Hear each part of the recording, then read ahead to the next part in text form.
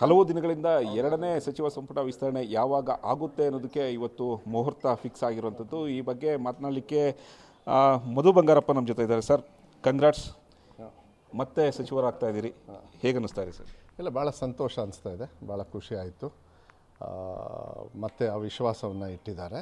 I think ನನಗನ್ಸುತ್ತೆ ಈಗ ಜವಾಬ್ದಾರಿ ಜಾಸ್ತಿ ಆಗಿದೆ. ಸೊ ಎಷ್ಟು ಖುಷಿ ಆಗುತ್ತೆ, ಆ ಜವಾಬ್ದಾರಿ ಕಡೆಗೆ ಮರಿಬಾರ್ದು, ಆ ಜವಾಬ್ದಾರಿನ ಮುಂದೆ ತೊಗೊಂಡು ಹೋಗ್ಬೇಕಾಗತ್ತೆ. ಸಾಕಷ್ಟು ಹಿರಿಯ ಶಾಸಕರಿದ್ದಾರೆ, ಆಕಾಂಕ್ಷಿಗಳು ಇದ್ದರು.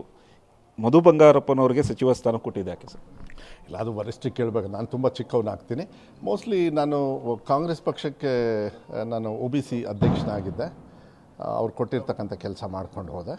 ಅದಾದಮೇಲೆ ನನಗೆ ಪ್ರಣಾಳಿಕೆ ಉಪಾಧ್ಯಕ್ಷರಾಗಿ ಮಾಡಿದರು. ಅಲ್ಲೂ ಕೂಡ ನಾನು ಭಾಳ ಜವಾಬ್ದಾರಿತ್ವವಾಗಿ ರಾಜ್ಯ ಮಟ್ಟದಲ್ಲಿ ಕೆಲಸ ಮಾಡೋದು ಭಾಳ ಕಷ್ಟ, ಅದನ್ನು ಕೂಡ ಮಾಡಿದ್ವಿ. 3 ವರ್ಷ ಒಬ್ಬ ಶಿಕ್ಷಣ ಸಚಿವನಾಗಿ ಕೆಲಸ ಮಾಡಿ ಇವಾಗ ಮತ್ತೆ ನನಗೆ ಅವಕಾಶವನ್ನು ಕೊಟ್ಟಿದ್ದಾರೆ ಅಂತ ಹೇಳಿದರೆ, ಕೆಲಸ ಮಾಡಿರೋದು ಮತ್ತು ಸ್ಟ್ರೆಂತು ಎಲ್ಲ ನೋಡ್ತಾರೆ. ಅದನ್ನೆಲ್ಲ ನೋಡ್ಕೊಂಡು ತುಂಬ ಜನರಿಗೆ ಅರ್ಹತೆ ಇದೆ, ಇಲ್ಲ ಅಂತ ಹೇಳಲ್ಲ. ಅದರಲ್ಲಿ ನೋಡಿ ಸೆಲೆಕ್ಟ್ ಮಾಡೋದು ಕಷ್ಟ, ಅದರಲ್ಲಿ ಮಾಡಿದ್ದಾರೆ. ನಾನು ಪುಣ್ಯ ಮಾಡಿದ್ದೀನಿ, ಧನ್ಯವಾದಗಳನ್ನು ಹೇಳಲಿಕ್ಕೆ ಇಷ್ಟಪಡ್ತೀನಿ. ವರಿಷ್ಠರಿಗೂ ಧನ್ಯವಾದಗಳು, DK ಶಿವಕುಮಾರ್ ಸಾಹೇಬರಿಗೆ, ವಿಶೇಷವಾಗಿ ಸಿದ್ದರಾಮಯ್ಯ ಸಾಹೇಬರಿಗೆ, ಯಾಕಂದರೆ ಅವ್ರ ಅಡಿಯಲ್ಲಿ ಕೆಲಸ ಮಾಡಿ ಅನುಭವ ಇದೆಯಲ್ಲ, ಅದು ಭಾಳ ಮುಖ್ಯ.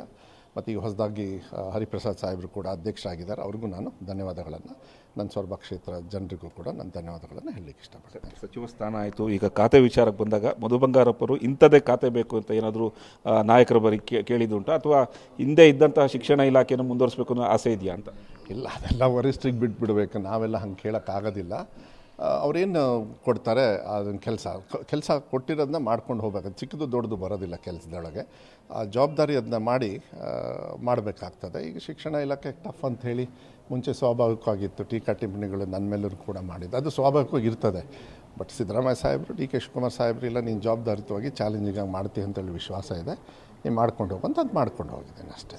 ಕೊನೆಯದಾಗಿ ರಾಜ್ಯದ ಜನತೆಗೆ, ಕ್ಷೇತ್ರದ ಜನತೆಗೆ ಏನು ಹೇಳಕ್ಕೆ ಬಯಸ್ತೀರಾ ಸರ್? ಒಬ್ವಿಯಸ್ಲಿ ಸೊರಬದ ಜನರಿಗೆ ಮತ್ತು ನನ್ನ ತಂದೆ ಬಂಗಾರಪ್ಪಾಜಿಯವರಿಗೆ ಯಾವತ್ತೂ ಕೂಡ, ಯಾಕೆಂದರೆ ಅವರಿಗೆ ಧನ್ಯವಾದಗಳನ್ನು. ಅದು ನೀವು ಯಾಕೆಂದರೆ ರಾಜಕೀಯವಾಗಿ ನಮ್ಮನ್ನೆಲ್ಲ ತಂದೆಯವ್ರನ್ನ ಹೆಂಗೆ ಹುಟ್ಟು ಹಾಕಿದ್ದಾರೆ, ಹಾಗೆ ಸೊರಬದ ಜನರನ್ನ ನಾವು ಯಾವತ್ತೂ ಕೂಡ, ಕ್ಷೇತ್ರದ ಜನರು ಸೋಲು ಗೆಲ್ಲುವಾದ್ರೂ ನಾವು ಮರ್ತಿಲ್ಲ. ನಾವು ಆ ರೀತಿಯಲ್ಲಿ ನಾವು ಬೆಳ್ಕೊಂಡು ಬಂದಿರೋದು.